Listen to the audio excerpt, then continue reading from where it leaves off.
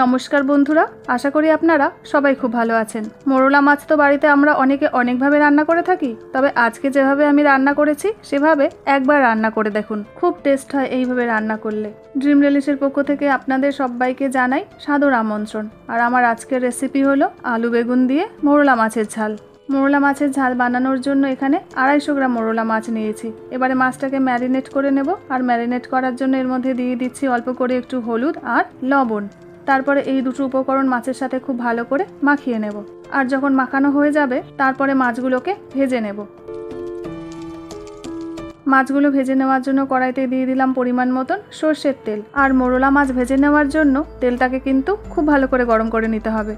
তেলটা ভালোভাবে গরম হয়ে গেলে অল্প অল্প করে মাছ দিয়ে ভেজে নেব। একসঙ্গে কিন্তু অনেকগুলো মাছ দিয়ে ভাজা যাবে না, মোরলা মাছ খুবই নরম মাছ হয়, সেই জন্য একসঙ্গে অনেকগুলো মাছ দিয়ে দিলে মাছগুলো ভেঙে যেতে পারে। সেজন্য এইভাবে অল্প অল্প করে মাছ দিয়ে মাছগুলোকে খুব ভালো করে ভেজে নেব। এরপর যখন মাছগুলো এরকম সুন্দর করে ভাজা হয়ে যাবে তখন মাছগুলোকে তুলে একটা প্লেটের মধ্যে নিয়ে নিচ্ছি। আর তারপরে বাকি মাছগুলো একইভাবে ভেজে নেব। তবে মাছগুলো যতক্ষণে ভাজা হবে ততক্ষণ চলুন একটা মশলার পেস্ট বানিয়ে নিই। আর মশলা বানানোর জন্য একটা মিক্সিং জারের মধ্যে নিয়ে নিচ্ছি 2 চামচ গোটা জিরে আর 2 চামচ কালো সর্ষে। এরপরে এর মধ্যে দিয়ে দিচ্ছি অল্প করে একটু আদা। এবার অল্প করে একটু জল দিয়ে একটা পেস্ট বানিয়ে নেব। আর এদিকে দেখুন বাকি যে মাছগুলো ছিল সেগুলোও কিন্তু ভাজা হয়ে গেছে। আর এই মোরলা মাছের ঝাল তো আমি আলু বেগুন দিয়ে বানাবো, সেই জন্য বেগুনগুলোকে এরকম লম্বা লম্বা আর ছোট ছোট টুকরো করে কেটে নিয়েছি। এবার মাছ ভাজা তেলের মধ্যে বেগুনগুলোকেও ভেজে নেব।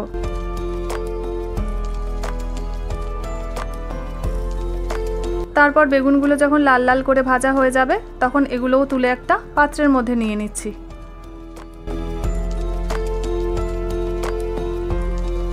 তাহলে আমার সবকটা বেগুনও ভাজা হয়ে গেছে। এবারে ওই তেলের মধ্যেই দিয়ে দিচ্ছি অল্প করে একটু কালো জিরে। আর এখানে একটা আলু এরকম সরু সরু লম্বা লম্বা করে কেটে নিয়েছি। ওই যেরকম আমরা আলু ভাজার জন্য আলু কাটি না, তার থেকে একটু মোটা। এবার আলুগুলোকেও লাল লাল করে ভেজে নেব। আর তারপরে আলু ভাজা হয়ে গেলে এর মধ্যে দিয়ে দিচ্ছি পেঁয়াজ কুচি। পেঁয়াজগুলো দিয়েও আলুর সাথে ভালো করে ভেজে নেব।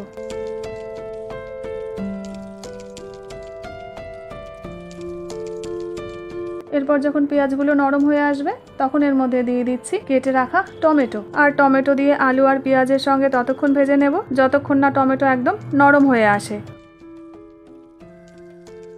ব্যাস, টমেটো একদম ভালো করে নরম হয়ে গেছে। এবার এর মধ্যে দিয়ে দেব মশলার পেস্ট। ওই জিরে সর্ষে আদা দিয়ে যে পেস্টটা বানিয়েছিলাম সেই মিশ্রণটা এখন দিয়ে দিচ্ছি। সেই সঙ্গে দিয়ে দিচ্ছি 1 চামচ হলুদ গুঁড়ো, 1/2 চামচ লঙ্কা গুঁড়ো, স্বাদ মতন লবণ। এবারে মশলাটা দিয়ে খুব ভালো করে কষিয়ে নেব।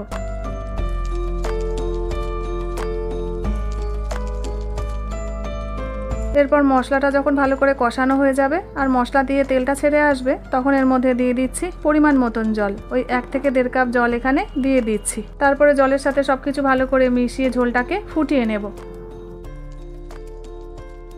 এবার ঝোলটা যখন খুব ভালো করে ফুটে আসবে তখন এর মধ্যে দিয়ে দেবো ভেজে রাখা মাছ আর বেগুন। তারপরে সবকিছু আরও একবার ভালো করে মিশিয়ে 1 থেকে 1.5 মিনিট ফুটিয়ে নেব।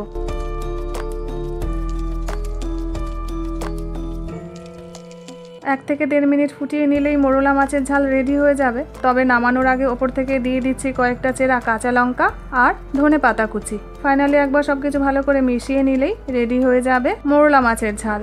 তারপর এইভাবে রান্না করে পরিবেশন করুন গরম গরম ভাতের সাথে।